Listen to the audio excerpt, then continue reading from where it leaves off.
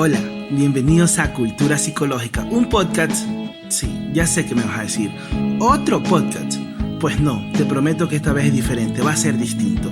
Aquí vamos a hablar sobre salud mental, curiosidades, anécdotas y experiencias psicológicas a través de nuestros amigos y obviamente psicólogos André Huaca, Diego Salazar y Denis Rivera. Así que señores, comenzamos.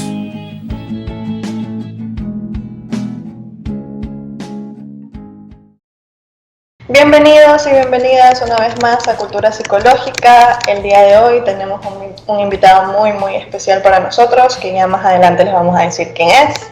Y como siempre nos acompañan, bueno, no como siempre, porque Diego está ahorita con un problema de luz en su casa, entonces ya mismo se nos va a unir a la llamada, pero por ahora contamos con la presencia de André. Hola André, ¿cómo estás?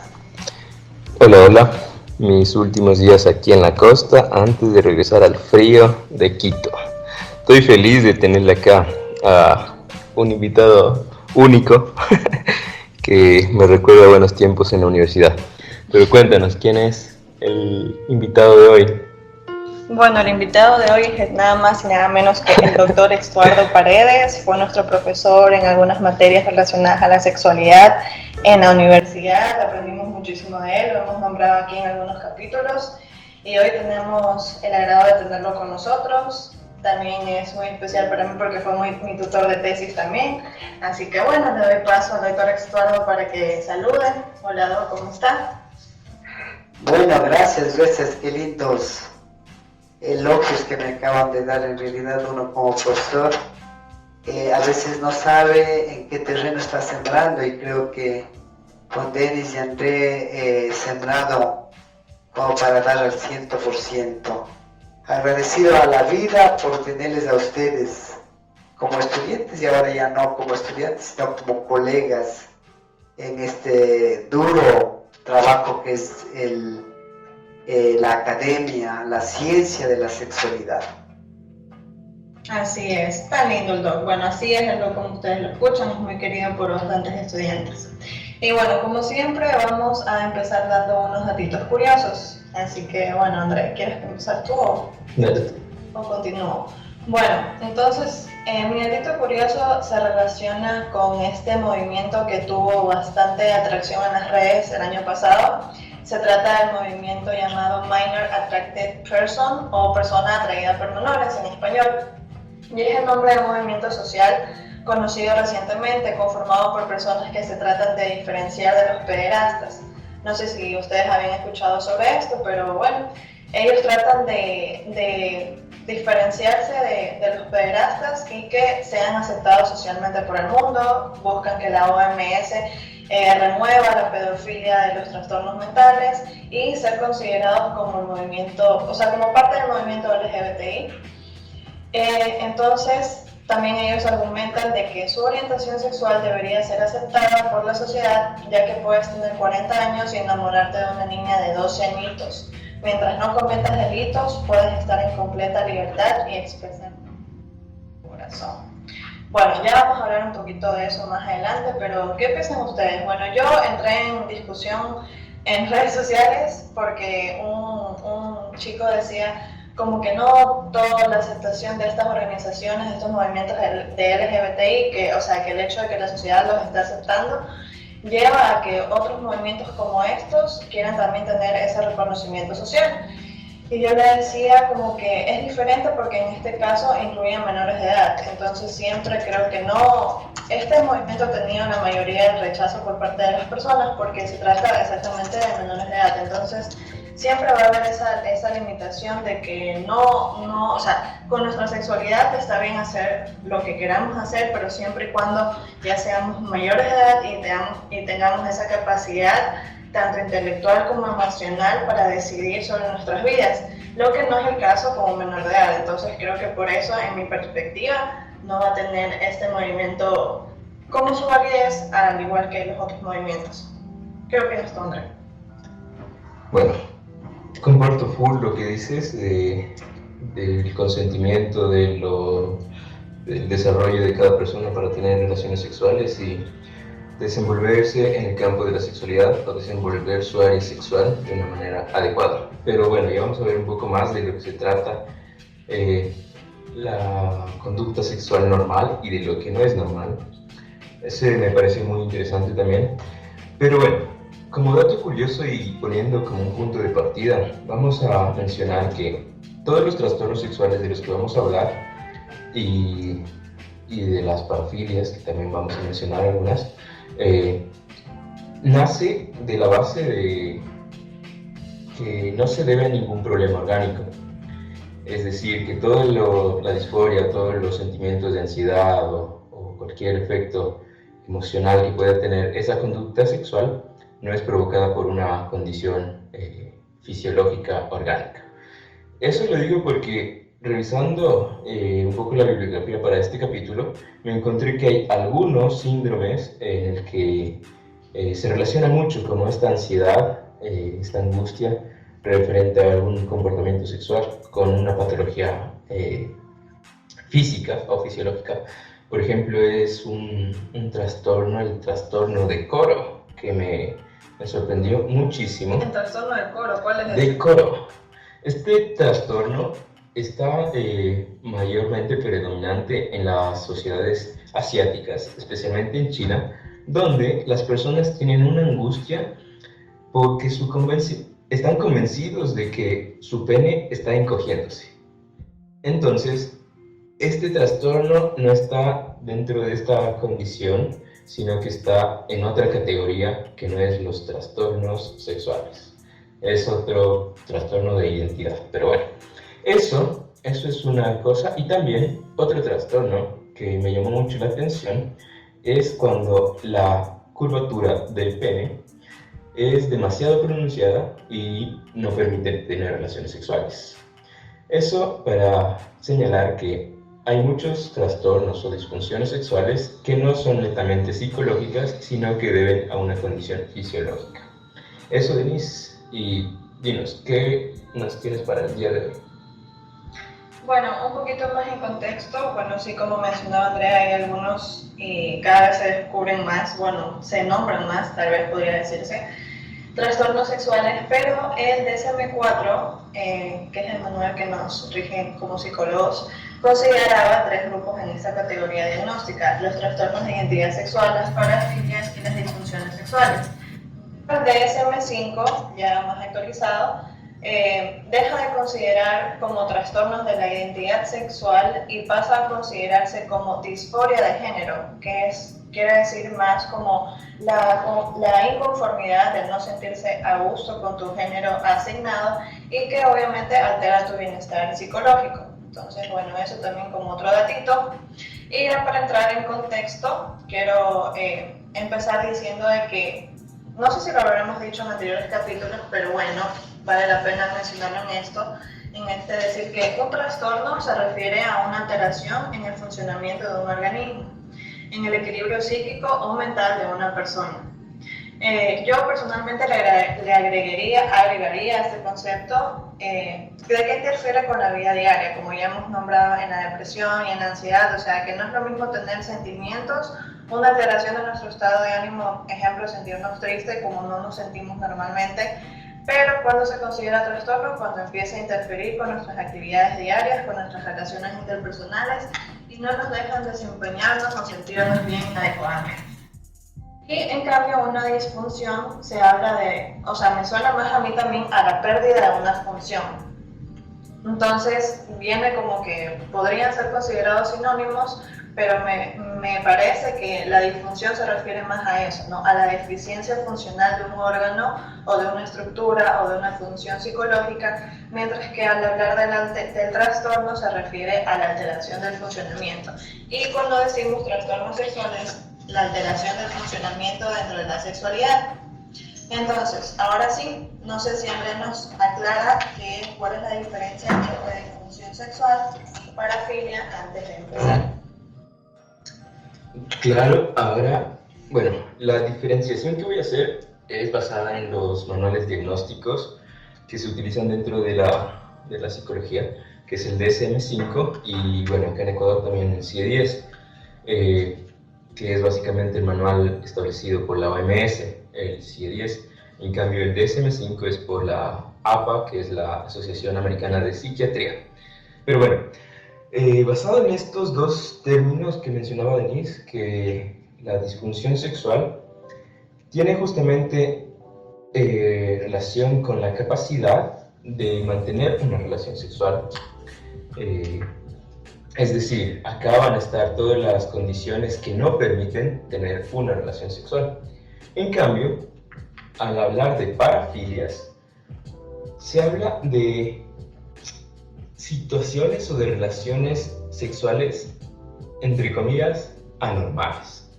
Lo digo anormal porque, entre comillas, porque en realidad, teóricamente, no hay como una línea exacta en el que se pueda diferenciar qué es normal y qué es anormal. Sobre todo en el campo del psicoanálisis es donde se trabaja mucho este término acerca de qué es la normalidad dentro de una relación sexual. Se dice que el ser humano por sí, sobre todo el niño, alguna vez lo mencionó Freud, es un perverso polimorfo. ¿Qué quiere decir eso? Que está no perverso en el sentido de peyorativo, de que es algo malo, sino que se siente atraído a buscar placer a través de todos sus sentidos y todo el comportamiento que está teniendo, todas las formas de comportarse son justamente de buscar un placer, que obviamente la teoría freudiana dice que es sexual, pero bueno, después de avanzar los años se da cuenta que qué comportamientos son los normalizados y los no normalizados, es decir, comportamientos como tener relaciones sexuales anales en una región puede ser considerado completamente normal y en otra situación puede ser considerado normal. Entonces, por eso es lo que lo pongo las comillas a este término de normalidad. Pero bueno, dinos, Denise, ¿con qué vamos a empezar hoy? Bueno, ya ahora sí a lo interesante, le vamos a dar paso al doctor Eduardo. Y ahora sí, Doc, coméntenos en su experiencia, en su recorrido a través de esta maravillosa ciencia. Coméntenos cuáles son los trastornos sexuales más comunes que usted se ha encontrado.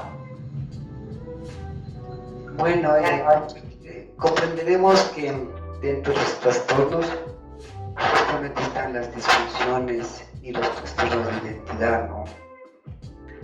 Entonces, dentro de las disfunciones sexuales, yo en la clínica encuentro mucho lo que se podría llamar la inapetencia sexual en la mujer o lo que se llama el deseo hipoactivo. Eso es muy común. Sin embargo, esta situación del deseo hipoactivo no se puede considerar como algo patológico, ¿no? Porque hay que determinar muchas estructuras alrededor de esto, ¿no? Dentro de la mujer, por ejemplo, la relación conyugal o la relación de pareja, el estado de ánimo, la situación social, la situación familiar, la situación socioeconómica en este momento, la situación justamente social que estamos viviendo en este momento, por la configuración del deseo sexual distinto en el hombre y en la mujer, hace que la mujer tenga como mayor afectaciones en este tipo de cosas. Entonces, de los estudios que se encuentran, en realidad se podría determinar que un poco así como el 45% de las mujeres son hipoactivas. Sin embargo, cuando hacemos un estudio como más detallado en función de otras variables, más bien encontramos que las mujeres no son hipoactivas, sino son mujeres que no están siendo adecuadamente estimuladas, adecuadamente motivadas, adecuadamente, en este caso, preparadas para una relación sexual. Y claro, aquí en Latinoamérica una sociedad que conlleva el 60% de machismo, creemos que la mujer sí solamente debe responder a las insinuaciones sexuales de un hombre, y si no responde en el tiempo, en la hora en que el hombre quisiera, entonces se le considera como una mujer frígida, ¿no? Este término frígido es un término un tanto peyorativo que ha salido, pero que se refiere justamente al deseo hipoactivo. Entonces, ¿cómo valorar ahora ciencia cierta si es que en realidad el deseo hipoactivo es el prevalente dentro de las disfunciones dentro de la mujer? Entonces, hay que determinar necesariamente desde varias aristas, desde muchas variables que se vayan alrededor. Entonces, haciendo ese análisis, evidentemente llegamos al 5% aproximadamente de mujeres que tienen, en este caso, una dificultad del deseo sexual. Deseo sexual que evidentemente tiene que ver con la organización y con la activación de los sistemas hormonales también, ¿no? Tomando en consideración de que la mujer, al igual que el hombre, está basado en sistemas hormonales, y estos sistemas hormonales en la mujer son mucho más permeables, mucho más sensibles, lo que permite que aún este 5% de este problema también sea debatible. Entonces, con esto quiero concluir en primera instancia, ¿sí?, de que a pesar de que los estudios nos dicen que la situación de el poco deseo, la inapetencia sexual de la mujer es prevalente y que causa dificultades dentro de la relación conyugal, sin embargo podemos concluir que más bien son mujeres poco trabajadas, poco estimuladas, ¿sí?, poco ayudadas, ¿no?, poco estimuladas. Entonces se podría decir entonces que viene el otro punto, ¿no?, dentro de la prevalencia en el caso del hombre, ¿sí?, es la disfunción eréctil. La disfunción eréctil en el hombre en este caso, ¿no?, y la eyaculación precoz. Ahora, la disfunción eréctil, tomen en consideración que cerca del 85% tiene un origen psicológico, en tanto que en este caso la eyaculación precoz también tiene una prevalencia de casi el 90% de orden psicológico, y la parte biológica es mínima, ¿no?, es completamente mínima, y esto es justamente, ¿sí?, lo que hace que relacionalmente la mujer también sea prevalentemente hipoactiva. Porque claro, una mujer que tiene una respuesta sexual muy distinta en tiempo, en estructura, en todo, ¿sí?, tiene muy diferente al hombre, tomando en consideración que una mujer mínimamente una relación sexual tiene una durabilidad hasta de 2 horas, mientras que el hombre puede terminar toda su respuesta sexual en media hora. Entonces, ahí sí tomamos en cuenta, ¿no?, si tenemos un hombre eyaculador precoz, o más aún todavía una disfunción sexual, entonces la mujer va a tener inapetencia por el condicionamiento con la cual se da. Entonces, claro, ¿qué sucede en el hombre que tiene disfunción sexual? ¿Sí? El hombre que tiene disfunción sexual, curiosamente, busca la manera de trabajar, busca la manera de tener más relaciones sexuales como tal, ¿sí?, más relaciones sexuales como tal, al punto de que finalmente, en su impotencia o en su eyaculación precoz, vuelve insatisfecha a la mujer. Y entonces, claro, el círculo se ha conformado, ¿no? El círculo se ha conformado en el sentido de que la mujer no quiere tener relaciones sexuales que le causen insatisfacción. ¿Sí? Insatisfacción. Y por lo tanto va a ser inapetente porque no quiere repetir otra experiencia de malestar. ¿Sí? Eso en primera instancia con respecto a la primera pregunta. Sí, ya, Doc. Entonces, bueno, me parece importante que haga mención a esto de que justamente a veces esas investigaciones pueden estar sesgadas y que se necesitan estudiarse en un contexto integral, porque exactamente, a veces pueden ser mujeres que simplemente están cansadas del trabajo, luego con las tareas del hogar, entonces como usted lo explicó dentro de ese contexto machista, a veces se puede decir que sí, no, las mujeres no, mi mujer cuando ya después se casó conmigo, después de tantos años ya no me desea sexualmente, pero en realidad se necesita tener en cuenta todas estas variables que se ponen en juego en el momento del deseo sexual de la mujer, como usted bien lo mencionó. Y por ejemplo, detrás de esta eyaculación precoz, de estas disfunciones sexuales en los hombres, ¿qué diría usted de dónde se pueden originar? ¿Será también por estas presiones sociales? Bueno, recuerden que en una sociedad machista en la que vivimos ahora mismo en el Ecuador, ¿sí? Generamos lo que sería el desempeño del hombre, ¿sí?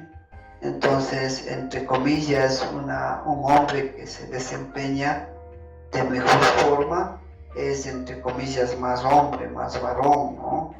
Un hombre que satisface plácidamente a la mujer es más varón. Entonces, pero esto también se va generando a través de los estereotipos.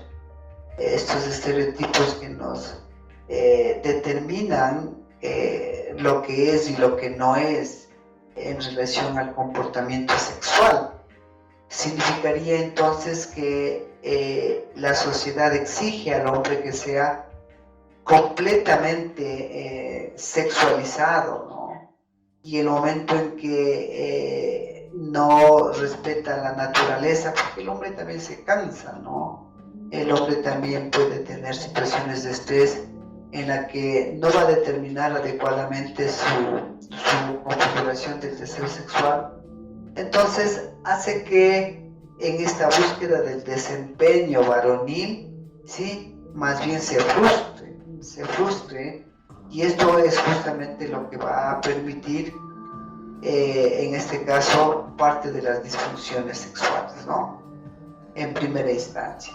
En segunda instancia, bueno, a pesar de que esto puede ser un tanto controversial dentro de lo que es la Unión Europea, sobre todo España, Holanda, los Países Bajos de Europa, ¿sí?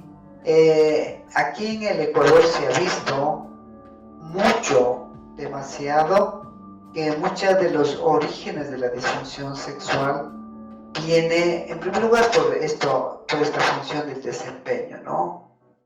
En segundo lugar, ¿sí? En segundo lugar, por la situación de la pornografía, ¿no?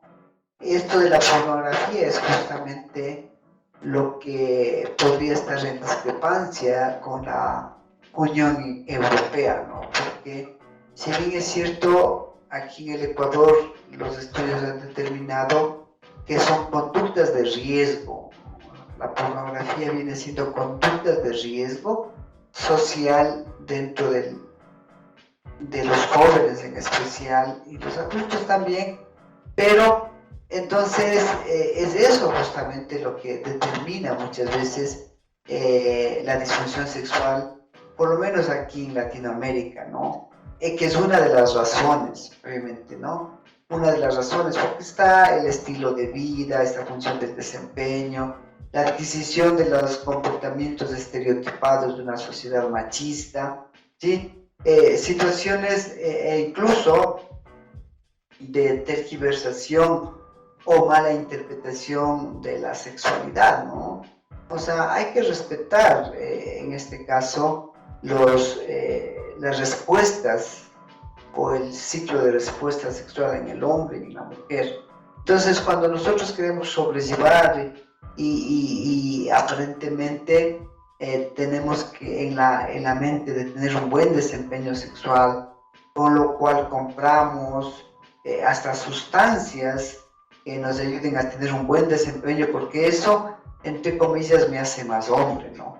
Entonces, una de las razones es justamente esto, ¿no? Aparte de los estilos de vida, el punto es justamente estas conductas, podríamos decir como equivocadas, de la pornografía.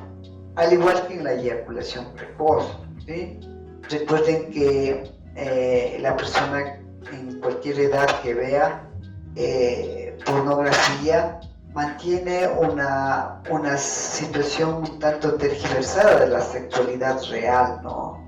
Entonces, generalmente apenas el 15% de las mujeres porno y de los hombres porno practican lo que hacen en las películas, ¿sí? El resto solamente es un fingimiento, parte del drama o del trama que hacen las películas porno. Entonces, eso es fundamental también considerar. Entonces, de cualquier manera, las películas porno van a tergiversar la sexualidad normal del ser humano, ¿sí? Más aún todavía en personalidades que no estén competentemente con la capacidad de decisión, ¿sí? Entonces, eso en cuanto al origen, Denis, ¿sí? Que se ha visto dentro de los estudios en cuanto a estas dos disfunciones más prevalentes, ¿no? En este caso en el hombre, la eyaculación precoz y la disfunción eréctil, ¿no? Entonces, eso, Denis. Chévere, profe. A la gente que nos escucha, recordarle que tenemos un episodio acerca de la respuesta sexual humana, donde hablamos un poco más de todo este condicionamiento de relaciones sexuales desagradables, cómo se organiza un poco este condicionamiento, y también otro episodio acerca de lo que es la pornografía, donde detallamos cómo esto afecta a la percepción de la sexualidad humana. Pero bueno, bien, continuando un poco y recapitulando lo que nos viene diciendo el doctor, que por cierto, cabe mencionar, es investigador, además de catedrático de la Universidad Central del Ecuador, un gran docente, la verdad, de los pocos buenos profesores que he tenido, tengo que decirlo, pero es un buen profesor.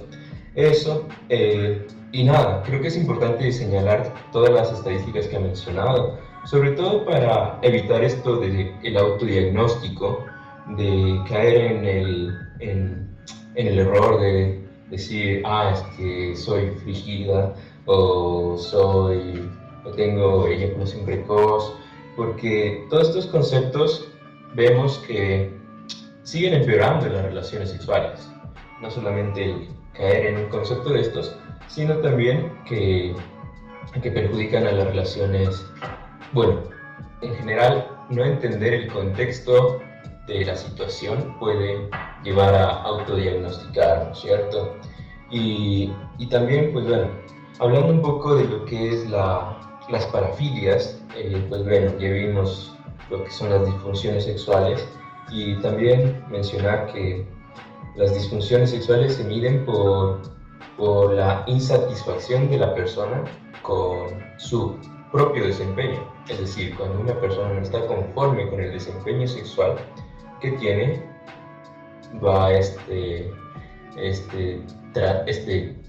categorización de trastorno de disfunción sexual.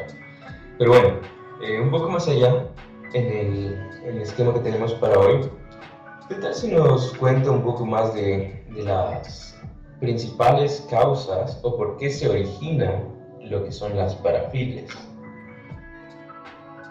Listo. Hay que recordar que justamente las parafilias son alteraciones en función del objeto del deseo, ¿no? Recordarán un poquito sobre lo que sería la orientación del deseo. Justamente la orientación del deseo es esa valía erótica que yo doy a determinado objeto, persona o circunstancia, que en este caso serían no convencionales, ¿no? y que evidentemente no implica un no consentimiento de la otra persona. Evidentemente, cuando hablamos de parafilias, de una u otra manera va a sesgarse al no consentimiento de la persona, ¿no? En algunas parafilias como el exhibicionismo, no es que piden el consentimiento para que el exhibicionista se muestre desnudo frente a la persona. Entonces, eso es lo que determina la alteración, ¿sí? Eso es lo que determina justamente. Claro, usted me estará preguntando, pero en el caso, por ejemplo, de la necrofilia, en el caso de la zoofilia, en el caso del sadomasoquismo, en el caso del fetichismo, que aparentemente no involucra esta otra situación del no consentimiento, ¿no? Entonces, claro, pero en el caso de los otros tipos de parafilias como el exhibicionismo, el froterismo, el voyerismo, ¿sí? O la escopofilia que se llama, entonces, claro, ahí rompen este consentimiento, y entonces ahí viene justamente lo que dijo Denise, ¿no? La paidofilia, y un poquito más complejo la pederastia, que no necesariamente el niño puede consentir en algo que todavía no tiene capacidad. Es decir, desde el punto de vista psicológico y desde la parte de psicología evolutiva, ¿sí? Se puede mencionar que el puber, o menos del puber, en su segunda, tercera infancia, no tiene capacidad todavía del erotismo, ¿sí? Puede tener atracción, pero no hay una atracción erótica. Entonces, sería como esa relación no ética, de que yo adulto estoy enamorado de la niña de 5 o 6 años, ¿sí? Y que no es nada malo. Bueno, mientras no se acerque a la niña, no es malo. El momento que se acerca con insinuaciones eróticas, ¿sí? Está rompiendo el mismo punto de la psicología evolutiva, ¿no? Estoy adelantando, y ese solo hecho significaría ya un abuso. ¿Por qué? Porque simplemente estoy permitiendo adelantar un ciclo que normalmente debe desarrollarse. Entonces, eso es justamente las parafilias, y por eso se llama alteración, ¿no? Del objeto del deseo, y que evidentemente se considera, dentro del punto de psicopatología, se considera como justamente una alteración del pensamiento, ¿sí? Las parafilias justamente tienen alterado el pensamiento, porque es una distorsión inadecuada también justamente del objeto del deseo, ¿no? Tomando en consideración, por ejemplo, en el caso del voyerismo, ¿no? O sea, cómo puede encontrar más satisfacción sexual para la finalización de la respuesta sexual viendo que haciendo, ¿no? ¿Sí?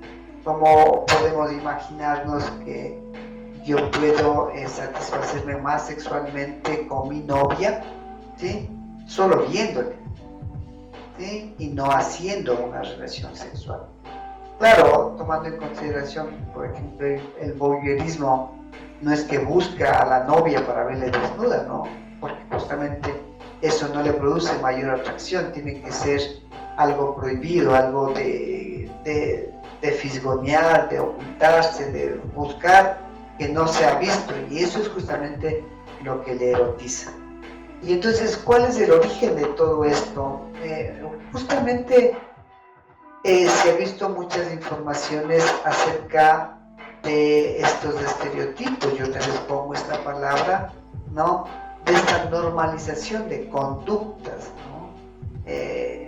Hoy en día los muchachos adolescentes tienen mucho tiempo libre para ver todo tipo de escenas, de todo tipo que les genera un retroceso o una involución cognitiva, ¿no?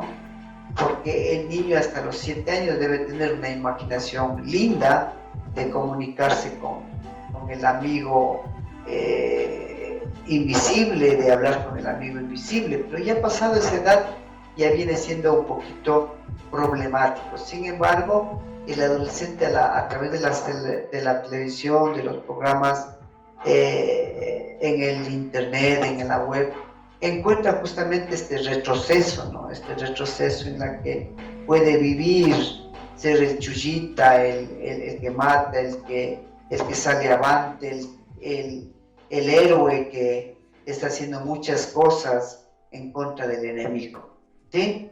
Y eso justamente en el ámbito de la sexualidad también tiene el mismo efecto, ¿no? Porque este muchacho cae en lo que sería una masturbación en relación a tener respuesta sexual, no necesariamente con personas reales, sino con personas fruto de la imaginación o fruto de lo que vio en este tipo de programas. Entonces, miren, en realidad el origen es totalmente múltiple, ¿no? Múltiple en muchos aspectos, en muchas cosas, ¿sí? Pues no podemos determinar, y quizá a futuro más bien hablar solo y exclusivamente de una parafilia, porque en forma general es esto, ¿no? O sea, esto que ha permitido, ¿sí? Ir determinando situaciones que de a poco en una sociedad que pareciera que va en involución, va generando normalización. Entonces, ahora es como lo que decía antes, ¿no? No estoy criticando a nadie, pero es como muy normal, ¿sí? Tener una relación sexual a los 12, ¿sí? No hay problema.